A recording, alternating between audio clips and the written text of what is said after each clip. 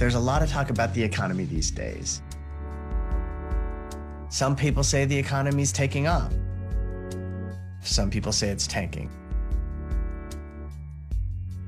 If you really want to make sense of the economy, it's useful to take a big step back and ask yourself, what does economy really mean?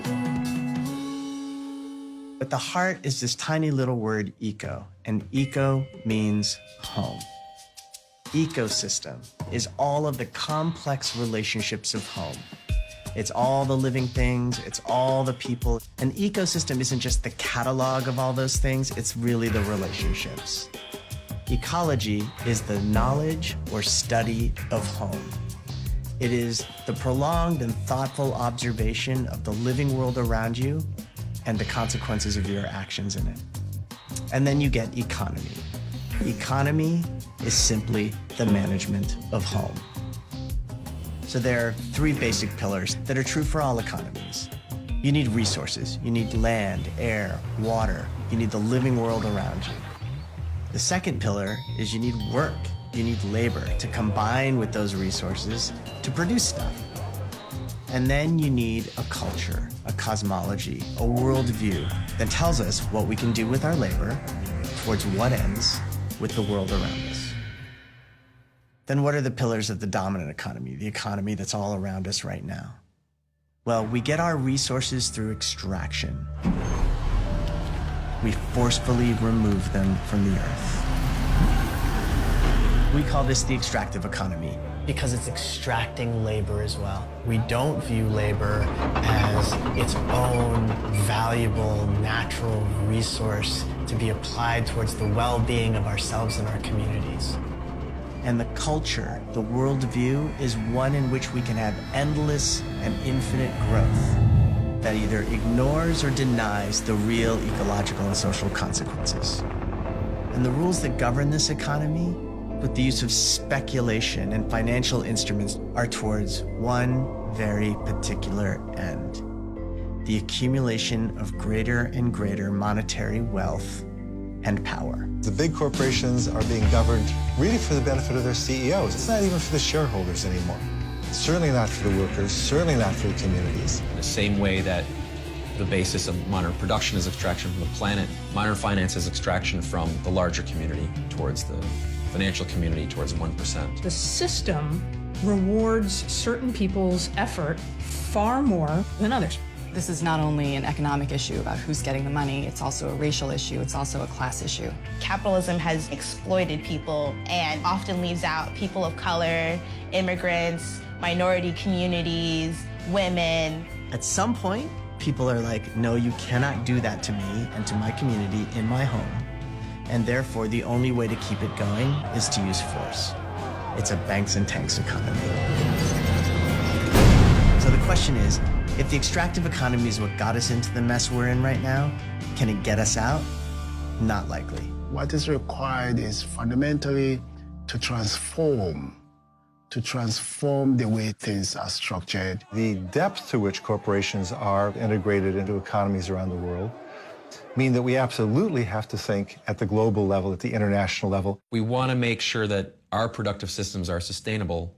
We can't hope that a concentrated power on top just starts acting better. The way that we've been shown that can actually make sustainability in the long term is by breaking that power and by sharing that power democratically. We need to explore new ways of managing home based on that thoughtful and prolonged observation of the living world around us, ecology. The new economy has to step away and then push back at those old pillars, because it has to be a new economy that is about sustainable resources, that puts people before profit, that puts planet before profit. The first pillar is to rethink our relationship to resources. There's simply no way that we can have this endless, limitless, infinite growth on what is, I think, obviously a finite planet. The second pillar has to replace the exploitation of human labor with a recognition that all wealth comes through work. And when we take our labor and apply it towards economic well-being, we can create a new cycle that's not based on extraction, but that's based on regeneration.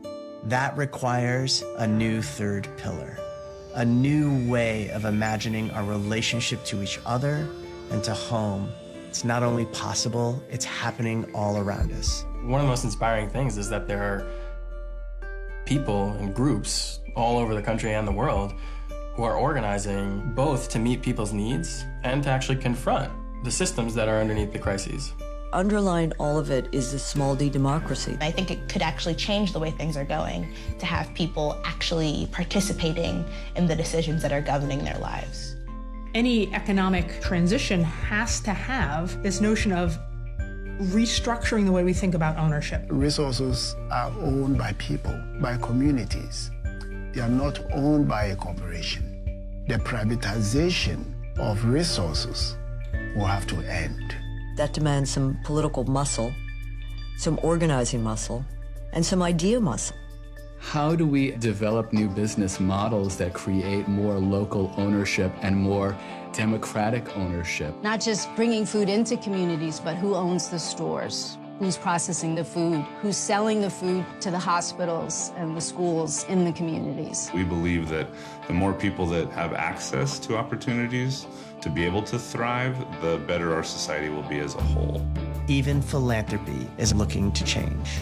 The greatest task philanthropy has is not simply to give to what exists, but to reimagine what is possible.